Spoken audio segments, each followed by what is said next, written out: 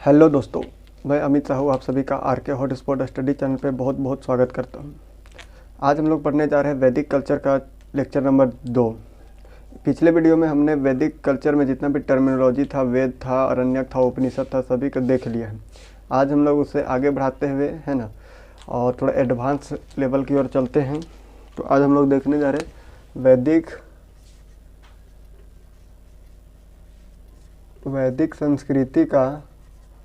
वैदिक संस्कृति का लेक्चर नंबर 2 है ना, जो उपेंद्र सिंह पुस्तक से लिया गया है ना, और उपेंद्र सिंह पुस्तक को पूरा कंप्लीट कराया जाएगा इसमें। आइए देखते हैं। वैदिक सभ्यता जानने से पहले हम लोग पूरा वीडियो देख चुके हैं है ना। तो सबसे पहले हम देखेंगे कि वैदिक सभ्यता कहाँ से शुरू होता है ना। तो उससे पहले हम जानते हैं कि आर्य कौन थे। इंडो आर्य जो कहा गया जिन्हें है ना, ये कौन थे, इंडो आर्य कौन थे, इसके बारे में हम जानते हैं कि ताकि हम जिस संस्कृति के बारे में जानेंगे, जैसे कि हम हड़प्पा सभ्यता के बारे में पढ़ रहे हैं, तो हड़प्पा सभ्यता में कि हड़प्पावासी कौन थे, इनके बारे में जानने की कोशिश करेंगे। वैसे ही वैदिक संस्कृति जब हम पढ़ रहे हैं तो वैदिक संस्कृति से कौन लोग रिलेट थे है ना, कौन लोग वैदिक संस्कृति में निवास कर रहे थे, तो उनके बारे में जानेंगे। तो वैदिक संस्कृति को हम पिछले लेक्चर में देखे कि वहाँ का मुख्य निवासी थे जिन्हें आर्य कहा जाता था। आर्य या आर्यन, यही था मुख्य निवासी के तौर पे। हम लोग पिछले लेक्चर में ये देखे था। पिछले लेक्चर का वीडियो प्लेलिस्ट में आपका लगा हुआ है, उसको जाके ज़रूर देखिएगा, ठीक ना। ये आपका बेस्ट है। रेफरेंस बुक के तौर पे उपेंद्र सिंह का पुस्तक पढ़ाया जा रहा है। रेफरेंस बुक के तौर पे उपेंद्र सिंह पुस्तक 99 क्लास में ये पुस्तक आपका टोटल कंप्लीट करा दिया जाएगा। उसके साथ ही आपका नितिन सिंघानिया पुस्तक है ना, उसके बाद आपका माजिद हुसैन सर का पुस्तक 99 क्लास में सभी का कंप्लीट करा दिया जाएगा, ठीक है। तो अब यहाँ पे बोर्ड में फोकस कीजिए, ठीक ना। सबसे पहले देखिए कि इंडो आर्य कौन थे। आर्यन जो वैदिक सभ्यता का मूल निवासी के तौर पे जिन्हें हम जानते हैं वो कौन थे, है ना। तो इतिहासकारों के मत के अनुसार अगर हम देखें है ना, बहुत से इतिहासकारों के मत के अनुसार अगर हम देखें कि आर्य कौन थे या आर्यन कौन थे है ना, तो वो कहते हैं कि जो ऋग्वेद के रचनाकार थे ना, इतिहासकार का मत था कि ऋग्वेद के रचयिता स्वयं को आर्य कहते थे। बहुत से इतिहासकारों का मत है। एंशिएंट पीरियड के जितने भी इतिहासकार हुए या आधुनिक भारत के जितने इतिहासकार हुए हैं ना, उनका मत था कि ऋग्वेद के रचयिता स्वयं को आर्य कहते थे। मतलब जो ऋग्वेद का रचना किया था। हम लोग पहले देख चुके हैं कि हिंदू धर्म में या हिंदू जो भी ओरिजिन हुआ सभ्यता का, उसमें है ना सबसे पुराना या अभी तक भारतीय उपमहाद्वीप में जो सबसे पुराना ग्रंथ खोजा गया जिसे अभी तक पढ़ा जा सके है ना, वो ऋग्वेद था। और ऋग्वेद के रचयिता स्वयं को आर्य कहते थे। तो हमें एक जवाब मिल गया कि इंडो आर्य कौन थे, है ना। तो हमें पता चल गया कि ऋग्वेद के जो रचयिता थे वे स्वयं को आर्य कहते थे। यहाँ तक बात किसी को दिक्कत अगर हो रहा है तो कमेंट बॉक्स में कमेंट कर दीजिए कि ये समझ में नहीं आया, फिर हम समझाएंगे आपको। तो चलिए यहाँ तक समझ में आ गया, ठीक है। तो देखिए आर्य कौन थे। ओरिजिन ऑफ आर्यंस हम तो पहले देख चुके थे। ओरिजिन है ना, कि आर्य का मतलब कि जो भी उत्पत्ति हुआ, आर्य का उत्पत्ति है ना, वो हम पिछले लेक्चर में आपको बता चुके हैं कि किस इतिहासकार का क्या मत था कि आर्य भारत में कहाँ से आए थे। उसका पीछे वीडियो लेक्चर में आपका क्लास उपलब्ध है, इसलिए आप अभी क्लास अगर आप देख रहे हैं और नए हैं चैनल पे, तब चैनल को सब्सक्राइब जरूर कीजिएगा, बेल आइकन को प्रेस कीजिएगा, साथ ही साथ इसको शेयर कीजिए और पिछले वीडियो लेक्चर को जरूर देखिए, ताकि आज का वीडियो लेक्चर जो है ना आपको समझ में आएगा। ताकि पीछे का क्लास आप अगर नहीं देखिएगा तो समझ में नहीं आएगा। हम शुरू से बताते चल रहे उपेंद्र सिंह पुस्तक, आज हमको लगता है ये 5वां क्लास है, ठीक ना। तो देखते हैं कि ऋग्वेद के रचयिता स्वयं को आर्य कहते थे, है ना, आर्यन के बारे में। और हम देखें अब आर्य मतलब होता क्या है। अगर हम सीधा सा लॉजिक देखें है ना, कि आर्य मतलब क्या है, इसका अर्थ क्या है। आर्य का अगर हम अर्थ देखें और अर्थ समझने का कोशिश करें है ना, तो आर्य का 2 अर्थ लगाया अभी तक इतिहासकारों के द्वारा। आर्य का 2 मतलब या 2 शब्दों का पता चला है ना। दो शब्द कौन कौन से हैं देखते हैं। एक और लिया गया है, इतिहासकारों के मत में एक और शब्द आता है और एक आर्य आता है, आर्य है ना। और एक आर्य, ये दो शब्द का आता है उनका दिमाग में, ये दो शब्द का उत्पत्ति को बताते हैं, ठीक ना। कि और इसका शाब्दिक अर्थ देखते हैं। और मतलब होता है ना कृषि, ये सब नोट्स करते चलिएगा, ठीक ना। और मतलब होता है कृषि। एक मिनट रुकिए, थोड़ा सा हम कैमरा को बना लेते हैं।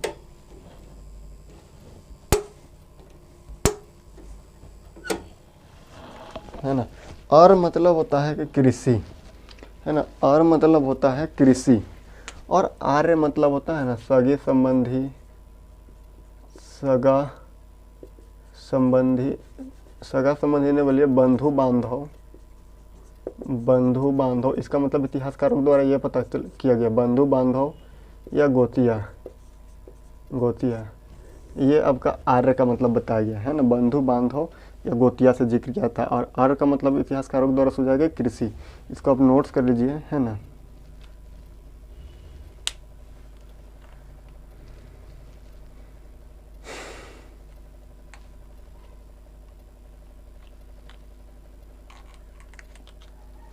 हो गया, देख लिए। इंडो आर्य का, हम आर्य का देख लिए कि आर्य स्वयं को ऋग्वेद का रचयिता कहते थे, कि हम जो मतलब कि स्वयं को ऋग्वेद का रचयिता आर्य कह रहे हैं। यहाँ तक पता चल गया कि आर्य कौन है। और आर्य का अगर शाब्दिक अर्थ हम देखें तो दो अर्थ निकलता है, एक और एक निकलता है आर्य, है ना। आर्य का मतलब होता है कृषि और आर्य का मतलब होता है बंधु बांधव या गोतिया। तो स्क्रीनशॉट ले लिए होंगे, है ना। तो आर्यों का बारे में, अगर आर्यों का मतों के बारे में अगर इतिहास का अध्ययन अगर हम करें, है ना, अगर आर्य के मतों के बारे में, है ना, मतों के बारे में जो विभिन्न मत दिया गया था इतिहासकारों के द्वारा, कौन कौन एक बार बता दीजिएगा, ठीक है। कमेंट बॉक्स में इसको ज़रूर जवाब दीजिएगा, ठीक ना। कि बाल गंगाधर तिलक जी के द्वारा कौन सा मत दिया गया, है ना। विलियम जोन्स जी के द्वारा कौन सा मत दिया गया, आपका दयानंद सरस्वती द्वारा कौन सा मत दिया गया,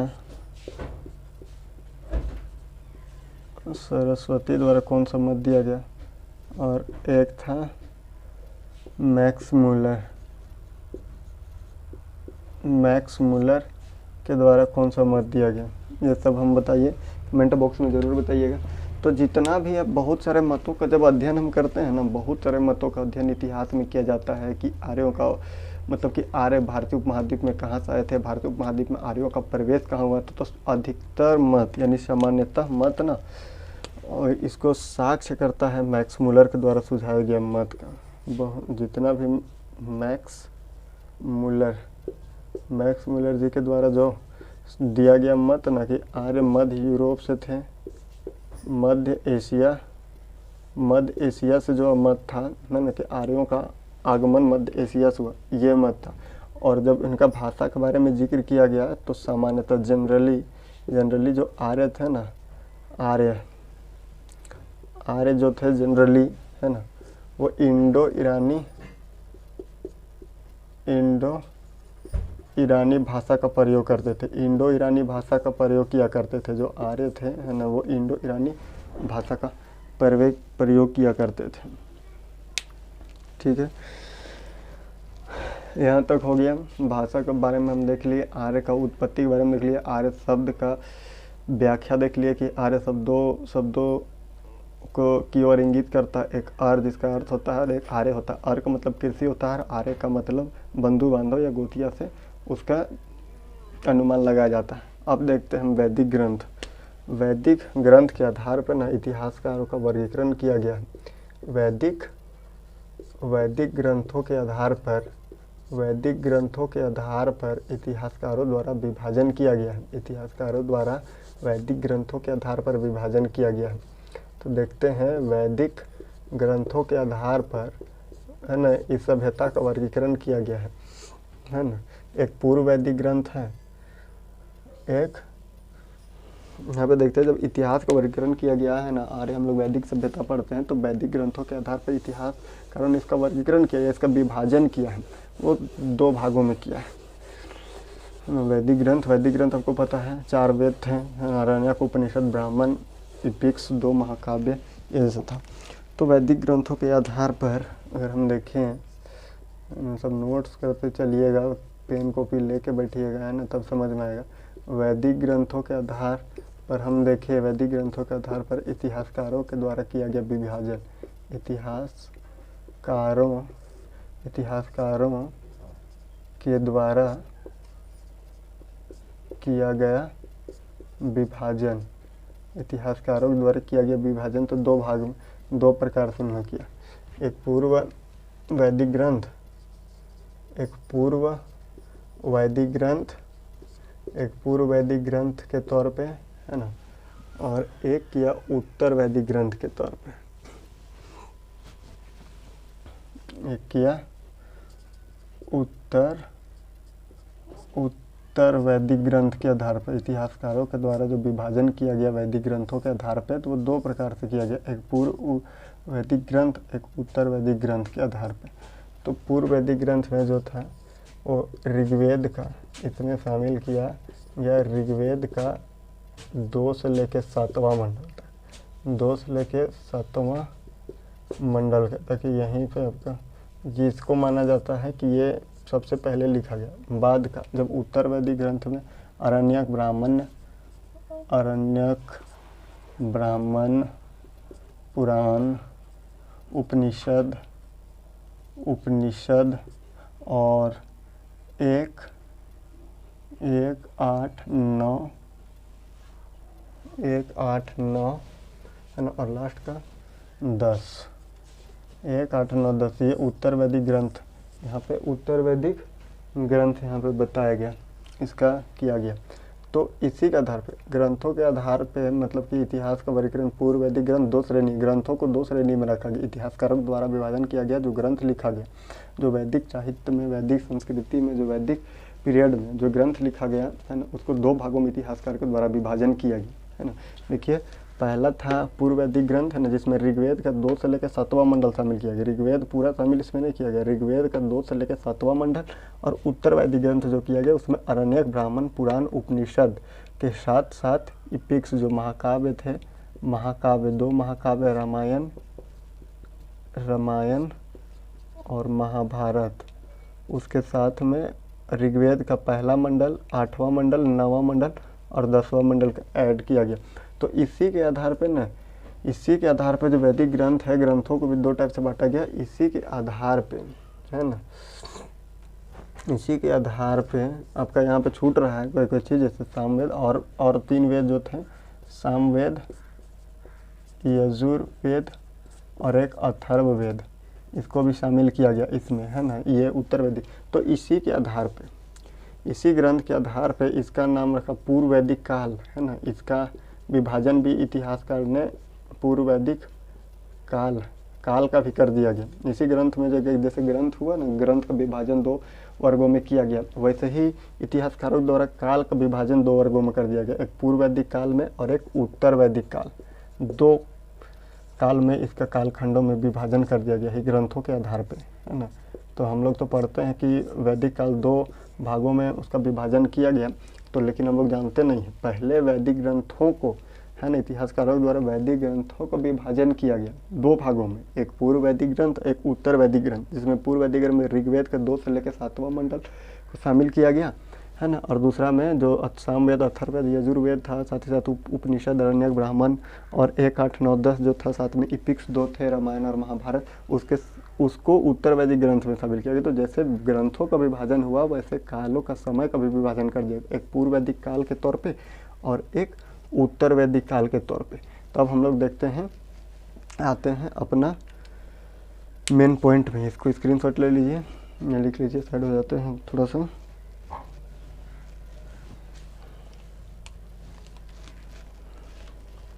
ठीक है, मिटा देते हैं। कि अब जो जनजाति के बारे में या वैदिक संस्कृति आगे कैसे बढ़ा, है ना, वैदिक संस्कृति आगे कैसे बढ़ा, क्या उस समय कुछ ही प्रकार का, किस प्रकार का सामाजिक व्यवस्था था, उस समय कैसा आर्थिक व्यवस्था था, कैसा राजनीतिक व्यवस्था था, उन सब के बारे में विस्तार से जानकारी लेने की कोशिश करेंगे। उसके बाद हम देखेंगे कि वैदिक सभ्यता किस प्रकार से ख़त्म हुआ या इसका लोपन हो गया वैदिक सभ्यता को, अंत में हम उसके बारे में देखेंगे और लास्ट में एक निष्कर्ष लिखेंगे। ठीक है, तो वैदिक सभ्यता में सबसे पहले देखते हैं कि वैदिक जानेंगे यहाँ पे। तो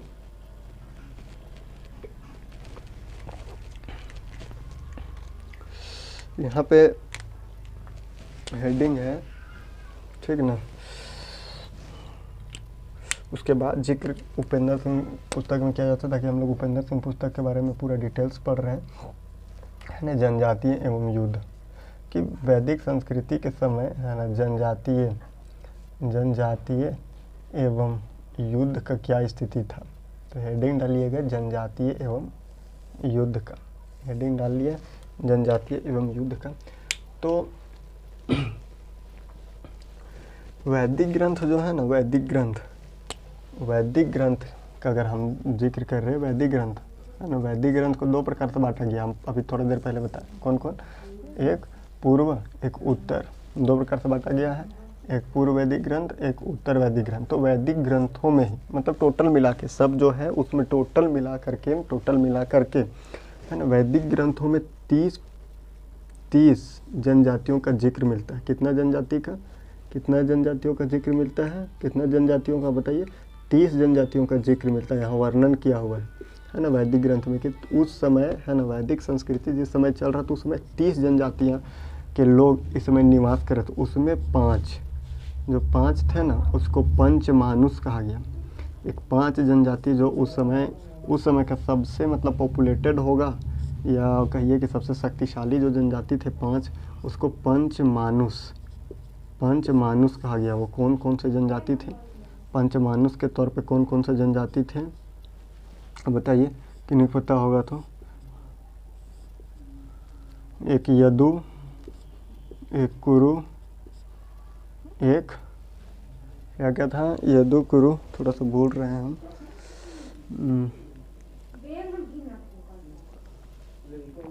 यदु कुरु और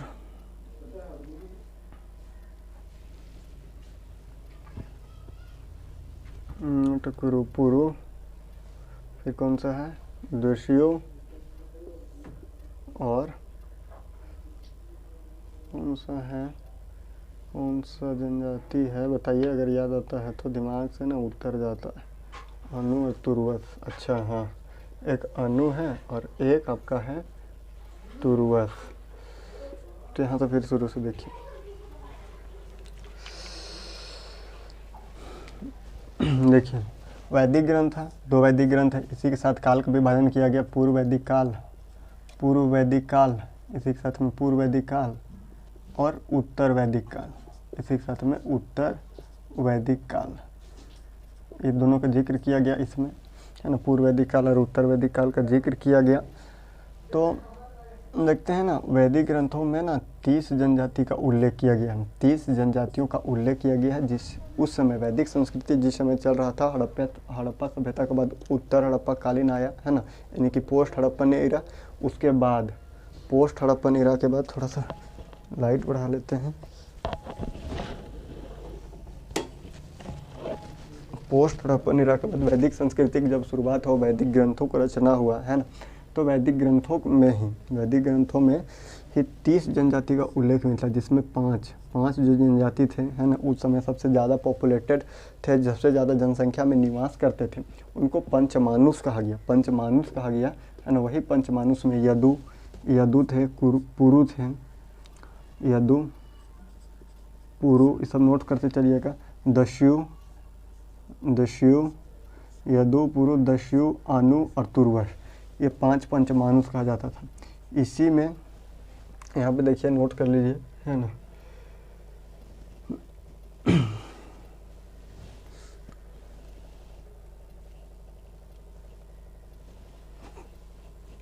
हो गया। इसी में अगर हम देखें, है ना, इसी में सबसे देखें तो सबसे ज़्यादा शक्तिशाली, जनजाति के बारे में, ताकि देखिए जब हम 16 महाजनपद पढ़ेंगे तो 16 महाजनपद में सबसे शक्तिशाली तो होगा, वो मगध था। जैसे मगध था ना, 16 महाजनपद में जब आगे हम क्लास में देखेंगे, 16 महाजनपद में सबसे ज़्यादा शक्तिशाली जनपद मगध था, है ना। वो भी था आयरन के मिलने के कारण। लौह के जो हथियार था ना, लौह का जो हथियार था, यानी लोहा का जो हथियार था, वो आटविक नाम का देश में मिलता था, आटविक प्रदेश में मिलता था। और आटविक प्रदेश अभी आधुनिक झारखंड है। आधुनिक 13वां जो शिलालेख है अशोक का मिला है ना, 13वां शिलालेख, उसमें बताया गया कि आटविक प्रदेश में जो लौह अयस्क मिलता था तो उससे लोहा का हथियार बनाया, जिसके कारण मगध 16 महाजन सबसे शक्तिशाली था। तो उसी समय जैसे वैसे ही हम देखते हैं सेम टू सेम कि 5 शक्तिशाली पंचमानुष था। इसी पाँच में सबसे शक्तिशाली अगर जनजाति की बात करें, सबसे शक्तिशाली अगर जनजाति की बात करें तो सबसे शक्तिशाली जनजाति था पुरु जो थे सो सबसे शक्तिशाली जनजाति था। और पुरु का मित्रता भरत कुल से था। पुरु का मित्रता भरत कुल से था। एक भरत भी जनजाति थे, 30 जनजाति में से यहाँ 5 में नहीं आया, लेकिन भरत का पहले सबसे शुरुआत में कहा जाता है कि ये मित्रता था, लेकिन बाद में अलग हो गए। और फिर हम देखते हैं कि इन्हीं के बीच में कुछ युद्ध होता है, यही दोनों के बीच में युद्ध हो जाता है। तो यही पर हम देखते हैं सबसे शक्तिशाली जनजाति के बारे में देखते हैं पुरु है ना, उसका भरत कुल से मित्रता था, है ना। और बाद में ये दोनों अलग हो जाते हैं, किन्हीं कारणों के बस, है ना, ये अलग हो जाते हैं। तो 7वां मंडल ना, 7वां मंडल जैसे हम देखें वैदिक ग्रंथ में 1 से लेके 7वां तक का जिक्र किया है। तो वेद में, ऋग्वेद में 7वां मंडल जो था ना, ऋग्वेद का जो 7वां मंडल था ना, वो 10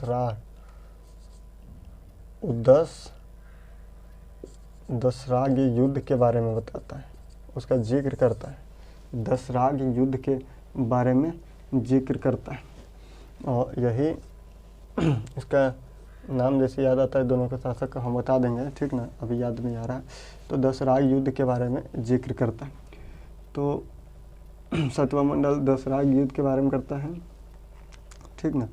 तो 10 राग युद्ध, जो 10 राग का युद्ध हुआ था, 10 राग का युद्ध जो हुआ था, है ना, वो भरत कुल के राजा, किसके राजा, भरत कुल के, किसके बीच में, भरत कुल के एक शासक थे। भरत कुल के शासक कौन थे, सुदास, यानी भरत कुल के जो शासक था ना, तो किसके किसके बीच युद्ध हुआ था, भरत कुल के जो शासक थे सुदास प्लस 10 जनों के मुखिया के बीच में हुआ था, जिसमें जीत हुआ था सुदास का। यहाँ पूछता है कौन सा नदी, तो परुसनी नदी के बीच में, आधुनिक रावी नदी जिसको कहा जाता है। अगर आधुनिक देखें, है ना, कि आधुनिक कौन सा नदी का नाम है, तो आधुनिक रावी नदी के तट पे लड़ा गया था, के तट पर ये युद्ध लड़ा गया था। यानी भरत कुल के शासक सुदास, है ना, 10 जनों के मुखिया के बीच में हुआ था। यहीं पे ये युद्ध चलता रहा, है ना, जिसमें सुदास विजय हुआ। यहाँ पे देखते हैं सुदास विजय होता है, ठीक ना। सुदास जो है ना वो विजय हो जाते हैं। ये युद्ध में सुदास विजय होता है, 10 कुलों के लोगों को हराता है, 10 कुल के लोगों को यहाँ पे हराता है। इस युद्ध में ये विजय होते हैं, यहाँ विजय होते हैं। और उसके बाद ये यहीं नहीं रुकते, यमुना के तट की ओर कूच कर जाते हैं कि अब तो यहाँ जीत गए हैं, है ना, 10 लोगों को हरा दिए, तो आगे भी कुछ होगा। तो यमुना के तट की ओर कूच करते हैं, ठीक ना, यमुना के तट की ओर कूच करते हैं और भेद नाम के एक राजा को हराते हैं। यमुना के तट की ओर, है ना, बढ़ते हैं, यमुना के तट की ओर बढ़ते हैं और एक भेद नाम के राजा जो रहते हैं, भेद नाम के राजा, उनको हराते हैं, राजा को हराते हैं, है ना। यहीं पे अश्वमेघ यज्ञ करते हैं, अश्वमेघ यज्ञ का आयोजन करते हैं। और यहीं से पुरोहितवादी समाज का, यहीं से हमें मिलता है पुरोहितवादी समाज का जिक्र मिलता है। पुरोहितवादी समाज होने का जिक्र मिलता है, पुरोहितवादी समाज होने का जिक्र मिलता है। और दो पुरोहितों का नाम सामने आता है, दो पुरोहितों का नाम सामने आता है, एक वशिष्ठ राज पुरोहित जो थे, है ना, दो पुरोहितों का नाम सामने आता है, एक वशिष्ठ और एक विश्वामित्र। ये दो पुरोहित, मतलब कि यही देखिए, यहाँ से फिर से बस वो समझिए, है ना, पूरा विस्तार से थोड़ा सा समझिए, उसके बाद थोड़ा कुछ फैक्ट्स हैं, हम उसके बाद उसको फैक्ट्स को आपको लिखा देंगे। अच्छा, दियोदास था और त्रियोदस्यु, इसका हम बोले थे ना राजा का नाम लिखवाएंगे, तो एक दियोदास था, एक त्रियोदस्यु, दियोदास और त्रियोदस्यु। उस समय इन दोनों का मित्रता था, उस समय का बात कर रहा है, ठीक ना। तो यहाँ पे देखिए वैदिक ग्रंथों के अनुसार, जहाँ पे हम देखते हैं वैदिक ग्रंथों के अनुसार, है ना, 30 जनजातियों का उल्लेख किया गया है। यहाँ पे आप देखिए वैदिक जनजातियों के अनुसार अगर हम देखें तो 30 जनजातियों का उल्लेख किया गया है वैदिक ग्रंथों में, है ना। 30 जनजातियाँ उस समय वैदिक संस्कृति में निवास करते थे। उसमें 5 जो जनजाति थे जो सबसे शक्तिशाली जनजाति थे, है ना, शक्तिशाली जनजातियों का गिनती में जो आते थे, जो सबसे ज़्यादा जनसंख्या में निवास करते थे वैदिक संस्कृति के समय, वैदिक सभ्यता जिस समय चल रहा था उस समय सबसे ज़्यादा संख्या में निवास करते थे। उस 5 जनजातियों को पंचमानुष कहा गया है। नोट कीजिएगा, आप इसमें अंडरलाइन करके रखिएगा ताकि ये इंपॉर्टेंट है। पंचमानुष किसे कहा गया है, तो पूछ देगा आपको कभी कोई एग्जाम में, पंचमानुष किसे कहा गया, वैदिक सभ्यता में पंचमानुष किसे कहा गया।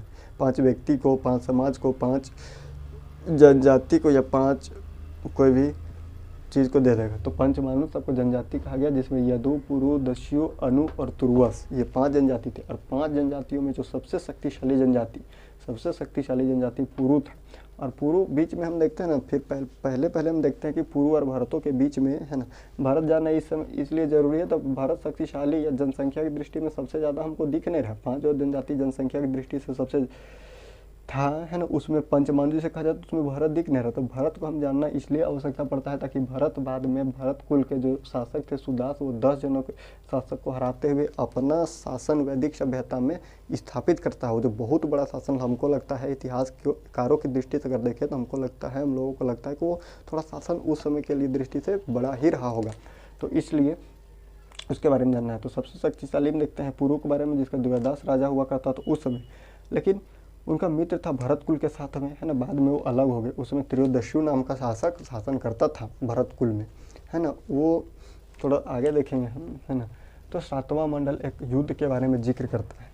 ऋग्वेद का जो 7वां मंडल है ना, वो एक युद्ध के बारे में जिक्र करता है, जिसका दशराग युद्ध का नाम दिया जाता है, जो भरत कुल के शासक सुदास, है ना, और 10 जनों के मुखियाओं के बीच लड़ा गया था। यह युद्ध पुरस्नी नदी यानी आधुनिक रावी नदी के तट पे लड़ा गया था, जिसमें विजय सुदास का होता है। और सुदास का विजय होता है तो विजय से वो संतुष्ट नहीं होते और सोचते हैं कि अब जब हम एक साथ में 10-10 मुखियाओं को, 10-10 कबीला के मुखियाओं को हरा सकते हैं, है ना, तो हम आगे भी युद्ध लड़ने को तत्पर हैं और आगे भी युद्ध लड़ेंगे।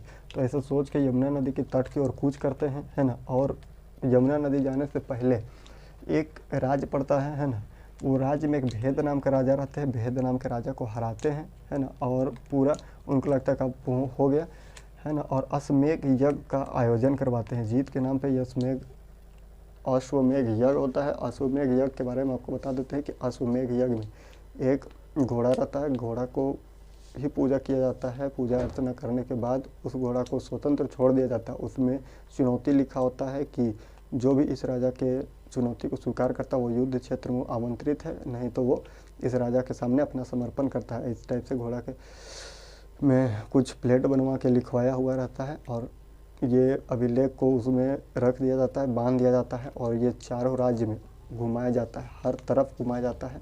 और जो भी राजा से युद्ध करना चाहते हैं वो चुनौती को स्वीकार कर सकते हैं और जो युद्ध नहीं करना चाहते हैं वो नतमस्तक होके आप उसका अपना राज्य से आगे को बढ़ने दे सकते हैं। यही अश्वमेध यज्ञ है।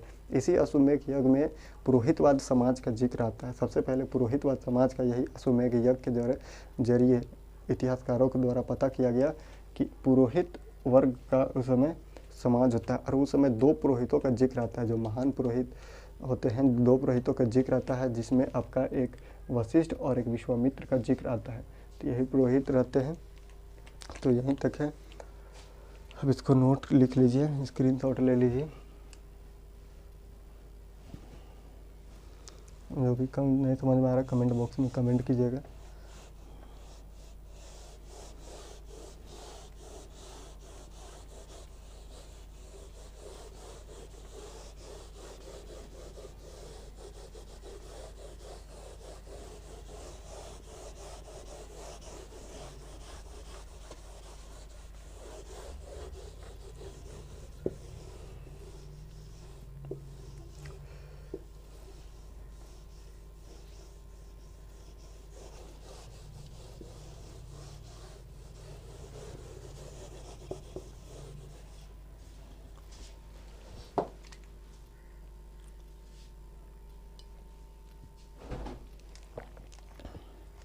देखिए, ऋग्वैदिक समाज के बारे में हम जिक्र करते हैं। ऋग्वैदिक समाज के बारे में तो उसमें राजा या राजन का बहुत बार जिक्र आता है, लेकिन इस चीज़ को हम क्लियर कर देते हैं, यहीं पे क्लियर करते हुए चलते थे। इस समय जो सत्ता था ना, वो सत्ता वो राजतांत्रिक नहीं हुआ था। राजतांत्रिक शासन है, वो राजतांत्रिक शासन नहीं हुआ था। सत्ता का जो पक्ष था ना, वो व्यक्तियों या कबीलों के पास ही था। जो सत्ता था वो व्यक्तियों के कबीलों के पास था। उस समय मुखियाओं के द्वारा शासन किया जाता था, लेकिन राजन या राजा शब्द का प्रयोग बहुत बार हुआ है ना। तो इसलिए तो और देख लेते हैं, ताकि बाद में जब हम लोग पढ़ेंगे आगे पशुपालन, कृषि, व्यवसाय, राजतांत्रिक, सामाजिक व्यवस्था, जब हम लोग पढ़ेंगे, वर्ण व्यवस्था पढ़ेंगे, तो इन सब शब्दों का जिक्र आएगा, है ना। तो इन सब शब्दों को यहीं पे अभी क्लियर कर लेते हैं। और एक हाँ, ऋग्वेद में जो ऋग्वेद है, तो ऋग्वेद में 3 शब्द का उल्लेख किया गया है। 3 शब्दों का, एक सभा, एक सभा समिति और एक विदत। यूपीएससी में आया हुआ क्वेश्चन है कि सभा, समिति और विदत, ये तीनों में से कौन सा आपका ऋग्वैदिक सभ्यता से संबंधित है। ऑप्शन ए 1 और 2, ऑप्शन बी, इस टाइप से करके आपका दिया हुआ था। प्रीवियस क्वेश्चन देखिएगा तो आपको समझ में आएगा। तो कि सभा, समिति और विदत, ये यूपीएससी का क्वेश्चन है, इसको हम आपको बता रहे हैं। सभा मुख्यतः छोटे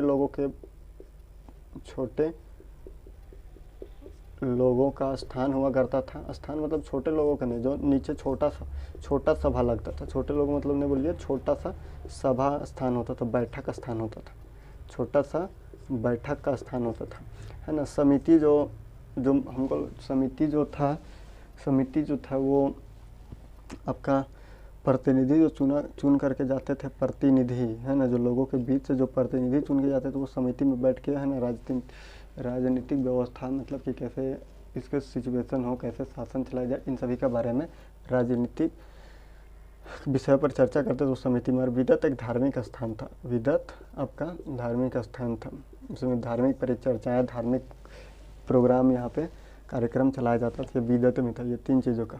देखिए, मुखिया का जिक्र आएगा आपको।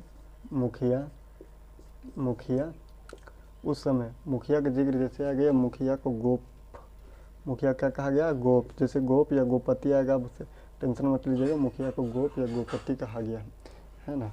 तो यहाँ पे ठीक है। अब हम आगे क्लास में देखेंगे कि इस समय के सामाजिक, आर्थिक और राजनीतिक व्यवस्था कैसे था, कैसे वर्ण व्यवस्था आया, है ना, और कैसे समाज में ये धार्मिक कुरीति जो चली आ रही है, छुआछूत जैसे, वो कैसे आया। हम उसको अगले वीडियो लेक्चर में कंप्लीट कराने की कोशिश करेंगे हम, इसलिए नेक्स्ट वीडियो लेक्चर आप ज़रूर देखिएगा। तो और साथ ही साथ वीडियो को लाइक, शेयर एंड सब्सक्राइब कीजिए, ताकि आपका जो भी वीडियो जो बने, है ना, आप सबसे पहले पहुँचे, है ना। तो चलिए ठीक है, धन्यवाद।